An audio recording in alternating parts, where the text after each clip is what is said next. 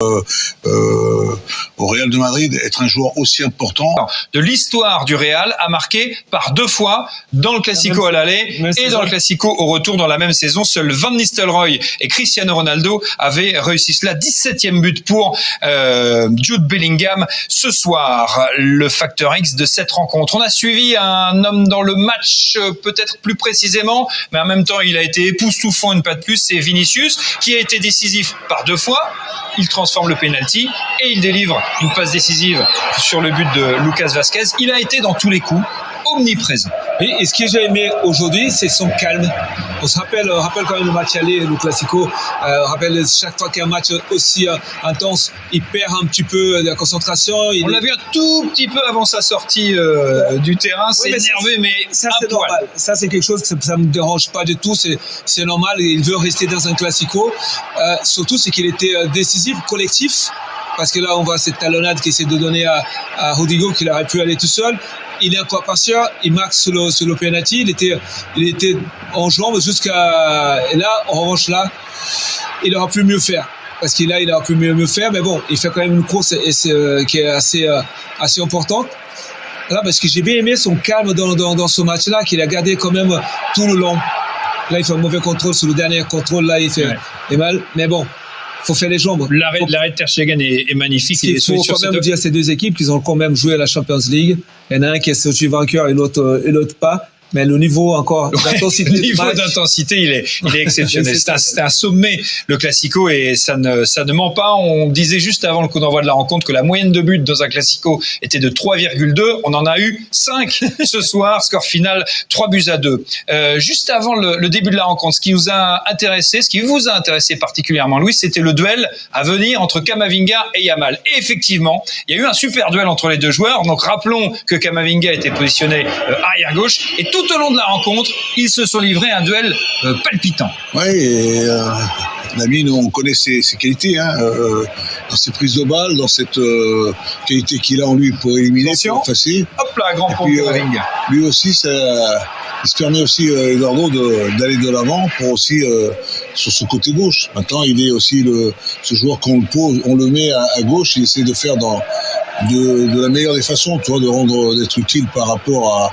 à ce poste-là où il n'est pas, c'est pas son poste de prédilection. Son poste de prédilection. Et c'est le seul moment où il lui laisse un petit peu d'espace. Parce qu'il ne peut pas faire autrement, parce qu'il vient serrer dans l'axe, le ballon il est sur le côté, l'autre côté, il vient aider la défense. Et après Yamal il est tout seul, mais il va pas provoquer non plus. À ce moment-là, il fait un centre, il peut sortir parce que il a fait un bon match, c'était un bon duel.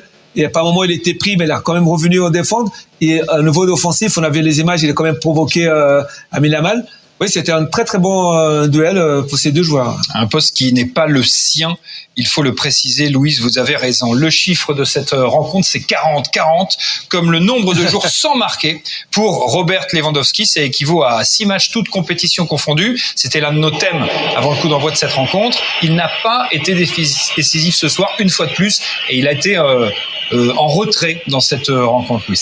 Il n'a pas non plus reçu, pour un attaquant, des ballons dans de bonnes dispositions, dans de bonnes conditions. Moi, ce que je regarde toujours, c'est quand on sert un attaquant, s'il a les occasions pour, on dit aussi d'un attaquant, et à lui aussi de se les créer, à lui aussi de se trouver dans une surface de réparation. Mais vous savez, quand le ballon ne remonte pas suffisamment assez, ou pour un attaquant, c'est toujours difficile. Sonny te le dira. Moi, je crois que pour Robert, dans l'attitude, elle est parfaite. Après, c'est vrai qu'il n'a pas eu ce soir de pouvoir se mettre en évidence en essayant d'avoir à mettre un but ou à être dangereux dans cette surface du Real de Madrid. Malgré tout, on attend plus quand même de Rebond. Oui, parce qu'il enchaînait le match, c'est quand même après cette Champions League. J'ai trouvé pas en jambes aujourd'hui, beaucoup de duels perdus, beaucoup de ballons perdus. Je n'ai pas, s'il sort, c'est parce que Xavi a senti qu'il était dans le rouge. Il pouvait pas. J'ai vu beaucoup perdre de ballons et des duels face à une équipe de Real qui physiquement a mis de l'impact. Voilà, quand en attaquant vous avez besoin de gagner et qu'il sort alors que vous n'avez pas beaucoup d'attaquants sur le banc, dire que physiquement, il n'a pas été.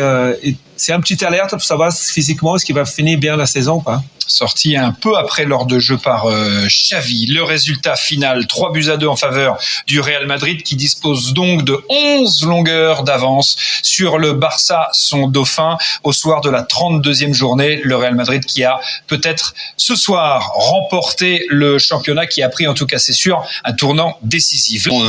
Qu'il y a de l'intensité, qu'il y a de l'engagement de part et d'autre. Il y a la motivation, il y a ce Real jouant à domicile et ce Barça en essayant d'effacer un peu son dernier échec. Avec une faute, selon vous, du gardien madrilène. Oui, le gardien, non, il bien joue. Ça veut dire qu'il faut, quand tu sors de là, il faut aller la prendre. Tu ne peux pas passer comme ça au travers. Hein. Moi, je pense que là, il passe complètement en sortant de la sorte, en laissant le ballon. C'est un cadeau qu'il leur fait au Barça sur ce genre de Une action magnifique, peut-être qu'on peut demander à notre réalisateur Didier Fouet de mettre l'image plein écran pour bien voir le geste absolument magnifique de Luka Modric. Déviation de la tête, c'était somptueux, mais ça n'a pas été repris par Vinicius. Ce débordement, il est intéressant, Sony, de Lucas Vázquez, qui va clairement et magnifiquement provoquer le pénalty. Oui, parce qu'il gagne déjà son duel avec sur le côté, et là, il va provoquer ce pénalty parce qu'il fait le crochet, que il attaque, il va tacler, mais malheureusement, il commet ce penalty. Et là, ça va beaucoup parler, même si demain, personne n'aura la réponse. Voilà, c'est peut-être cette image qui donne l'information la meilleure. Je pense qu'il a l'image. Exactement, parce que comme il y a la main droite de gardien, elle est en l'air, et on le voit le ballon.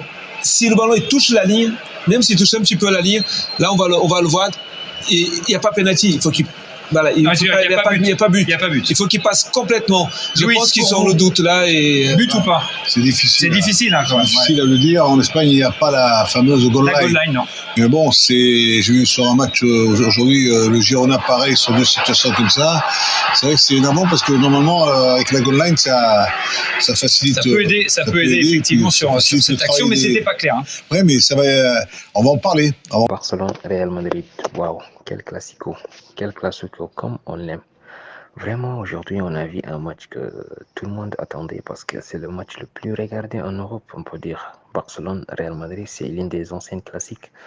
Et là, vraiment, ce match d'aujourd'hui, il nous a donné tout ce qu'on voulait, tout ce qu'on cherche en regardant le football. Ce match d'aujourd'hui nous a donné ça parce qu'il y avait du spectacle. On a vu un très, très grand Barcelone aujourd'hui. Vraiment, ils ont pas démérité. Mais Barça, c'est ça qui est la différence entre Barcelone et Real Madrid, parce que on sait tous que Real Madrid, c'est une équipe légendaire qui peut maîtriser les temps forts et les temps faibles. Ils ont la gestion de ces temps faibles et les temps forts. Donc ça, c'est la force et c'est le poids de Real Madrid. Par contre, le FC Barcelone, eux, ils peuvent pas gérer les temps faibles. Tout le temps, c'est comme ça a toujours été comme ça. On l'a vu contre Paris, ils ont su marquer un but très rapidement, mais après ils ont coulé parce qu'ils ne savent pas maîtriser les temps faibles. C'est au quart de Barcelone. Aujourd'hui, c'était le même cas. Ils ont marqué un but très très tôt, donc c'est vraiment une très bonne entame. Ils ont pu bien jouer. Ils ont pu marquer un but à travers Christensen. Après, il y a le Real Madrid qui égalise à travers Vinicius. Voilà, parce que le penalty, on peut en parler, mais c'est vraiment un penalty. Après ce but de Real Madrid, ils n'ont pas lâché. Ils n'ont pas lâché l'affaire. Ils ont continué à jouer et à proposer du jeu. Mais après, après, ils ont marqué un autre but de la part de Lopez. Voilà, avec un très bon but de la part de Lopez, que le joueur que j'admire vraiment. C'est un bon joueur qu'on peut dire que s'il est donné assez de temps, il va vraiment faire du bien à cette équipe de Barça. Voilà, donc c'est un jeu qui est rapide et voilà, il est très technique. Donc c'est un très bon joueur, vraiment. Après, Real Madrid a si encore égalisé. Donc c'est le Real Madrid. Ils lâchent pas l'affaire. Ils lâchent pas. Ils sont toujours là. Ces joueurs de Real Madrid. Bien vrai qu'ils sont fatigués parce qu'ils ont joué la Ligue des Champions. C'était vraiment compliqué pour eux face à Manchester City. Et il y a certains même qui ont dit que voilà, ils ont très bon jeu contre City tout en défendant. Donc c'est ils ont su faire comment ils ont su gagner ce match contre Manchester City, qui a vraiment été un match très très compliqué. Ils ont souffert pendant les 120 minutes, mais aujourd'hui ils sont venus encore, ils ont proposé du jeu. Donc c'est vraiment une équipe légendaire, une équipe qui Voilà. Donc c'est Real Madrid, on le sait tous. Et après, ils ont gagné. Donc là, c'est le titre. C'est le titre qu'ils ont gagné aujourd'hui parce que 11 points d'avance, c'est fini, Barça. Donc Barcelone, cette année, c'est la galère. Xavi va partir fin de saison et on ne sait pas qui va venir. Il y a certaines rumeurs qui disent que Klopp peut venir, Jürgen Klopp, parce que lui-même, il va quitter Liverpool. Donc on ne sait pas, est-ce que Klopp, avec la tactique allemande, est-ce que ça va marcher avec le Barcelone? Parce que cette équipe, ils doivent changer leur style de jeu, en fait. Parce que le style qu'ils jouaient, le tiki-taka, ils n'ont plus les joueurs capables de le produire. Donc là, ils doivent changer leur façon de jouer. Voilà, ils doivent changer ça et peut-être le club, ça sera vraiment une très bonne option pour eux. Et quant au Real Madrid, ils sont là, ils ont gagné. Donc, il y a la saison prochaine aussi. On ne sait pas est-ce que Mbappé va venir ou pas. Donc, c'est là aussi. Donc, mais le Real Madrid aussi, ils ont besoin de renforts.